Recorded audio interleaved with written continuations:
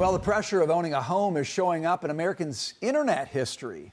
New Google Trends data shows that search activity for the words help with a mortgage hit the highest level since 2009 last month. And many Americans feel owning a home isn't attainable. 16% of people looking for a house since 2020 have abandoned their search entirely, especially millennials. But could there be hope with young people? Gen Z is now the most likely generation to be on the prowl for a house. So Steve Forbes, I come to you on this. Housing. We talk about this all the time. People giving up, people losing hope, mortgage rates. I think it's sad when young America says I can't do a house. And I'm not saying everybody in the world wants to buy a house, but it is such an essential building block of growing up, of owning something substantial. What do you make of this, and where do you think the hope lies right now?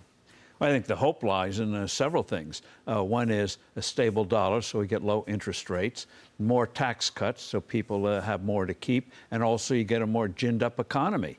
Very basic. And the other thing I hope the administration will be focusing on more is pinpointing areas of the country where regulations prevent housing developments from being brought to fruition. Contrast a piece of Texas with a piece of California and say, why does it take 3 months in Texas to do a housing development versus 3 years or 30 years in California?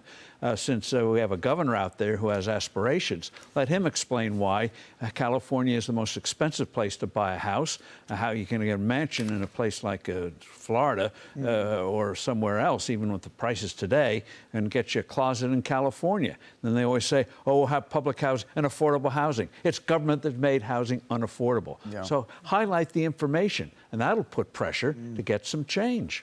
You know, Larry, you're the affordability guy. No, this is a brilliant riff. Okay. Brilliant riff. You get an A+ in that riff, Steve. A+, Thank you. A+, 100% on every count. The only thing I'd add to it, is work harder. Work harder. They don't work hard enough. They just don't. I mean, that's what every survey, everybody's talking about. You know, that's what the late Charlie Kirk talked about. Work hard. And we're going to get to the. But I think we're going to get an environment. You see it on the religious side where people are going to be open to that kind of message. Ben Franklin is coming back again. Penny saved is a penny earned, and people compound interest and the like, and have real life stories. You can do it, but get the barriers out of the way. When you have barriers, people pull back. Remove the barriers, and suddenly things come to life you didn't expect. I agree. I totally agree. But work is godly. We're going to get to that in the last segment, I guess, which is we will get to that indeed. But they do need to work harder. But Steve's right. Look, I was just checking. The 30-year mortgage rate is 6.36 on this sheet, anyway. So, you know, it was over 7 a year or two ago, I think. So you're making some progress, but it's not all. I mean, Steve is right. It's not all. If you lower tax rates and get better economic growth and hence better job opportunities, if the dollar was reliable, all those things would probably help. Can I jump on the work harder bandwagon for a second? Because not only do they need to work harder, they need to adjust their expectations. And I think social media has been a big problem with what the expectations are. It shows you all these people who are affluent and living in opulence, and kids see that and they want that. So what do? They go take their disposable income, they're spending it on trips and stuff so that they can replicate those posts. And what they should be doing is saving that money, Larry, and buying the S&P 500. But they're not doing that. And so they don't understand that most people, the people who did it in the generation before them, they worked hard, they saved, they did the right thing, they tried to invest so that they could get ahead. That's the disconnect that I'm seeing with this generation. They kind of want it all. And we showed the Vanity Fair cover of Zohran Mamdani, and most of his voters, they just want things for free.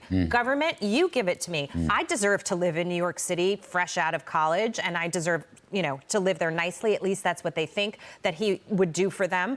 And they're voting for that. And so they're just going down a path that is it's really wrong in many, many ways, and nobody's shaking them and saying stop. Maybe parents should read their kids again, The Tortoise and the Hare, and see who comes out on top. It's not always pretty. Sometimes you make hard choices and you don't get to do stuff. So let me throw the, I agree with you on the Mamdani voters, by the way, but let me just throw the other side of this out there, which is I do think there's a lot of Gen Z, younger millennials, who are working hard, but they do see home prices that are historically incredibly high right now. And they feel like that's not a function of them not working hard. It's a function of policy choices. I'm throwing this line out to you, Dagan, to see if you want to bite on this bait. But I think if we had a Gen Z at this table, they'd say, wait just a second. Why folks, is it? Can I just ask, though, before we get to, sorry, Dave.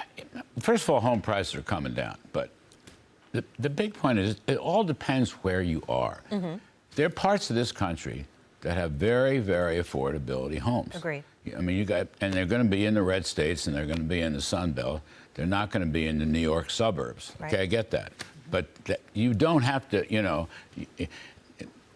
some New York co-ops are lovely, but if they're out of reach for a young person, don't go there. Right. I mean, make choices. And by the way, job opportunities. Look, this part of the country is sinking. I mean, it's just sinking. You see stuff in the paper. They're going to start a stock exchange in Texas. Yeah. Okay. Whoa, how about those apples? They're going to start a stock exchange in Miami. Okay. We used to have monopoly in New York about that. Story yesterday, J.P. Morgan has more employees in Texas than it does in New York. No, it's true. But some of those red housing markets are pretty. Those markets are hot, though. But you just poke around, go down to the Carolinas, go down to Georgia. I'm just saying. Tennessee. The high price argument, that's a wealth argument to me. That's fine. I want my home prices to be solid, shall we say, solid. You want a piece of the rock? Buy the S&P index. Yeah, I like it. Vivek Ramaswamy was on the show a couple of days ago. Every month, every day, $10,000 over 50 years, you'll be a multimillionaire. Well before you retire, that kind of stuff. They have the Trump savings accounts, which was the Ted Cruz savings accounts. If newborns get $1,000, you got to invest it in the index. What's wrong with that? And one of the other things is, why are we building houses the way we did 100 years ago? Technology, building codes, have they held us back in terms of making houses smarter, better, cheaper? Dagan. I think Gen Z gets a bad rap. If you talk to my family members who run companies, they employ young people, and they are mercenaries. They know what their worth is. They work their asses off.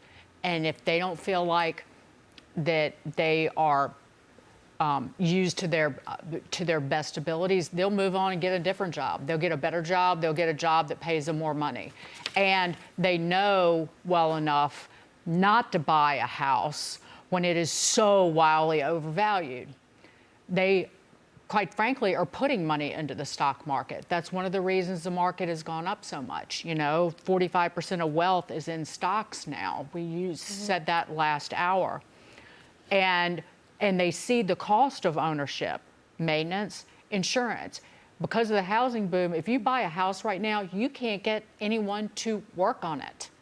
I've been emailing. I walked my talk and bought a house in the middle of the Midwest because I could get a house there for 1/3 of what that house would cost on the coast. But I still can't get a carpenter to even answer an email because it's boom times. Did you buy it in the Ozarks? No. It's one of my favorite TV series.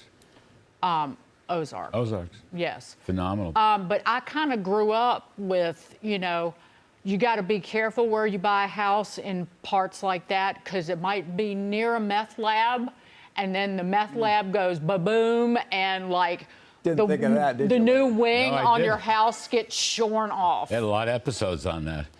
So That's more Breaking I Bad. encourage people.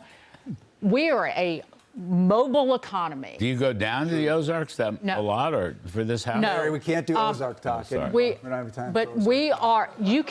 I encourage people to not live on the coast. Yeah. I encourage people to. You can buy. Yeah. Go to Indiana, and live in a small town. Go to. There's a beautiful Frank Lloyd Wright house for sale in Omaha. I told somebody to go look at it. Now, it's expensive, but it's one of the most glorious homes. It might I not would be move for to sale for Omaha long. before I'd move to Manhattan.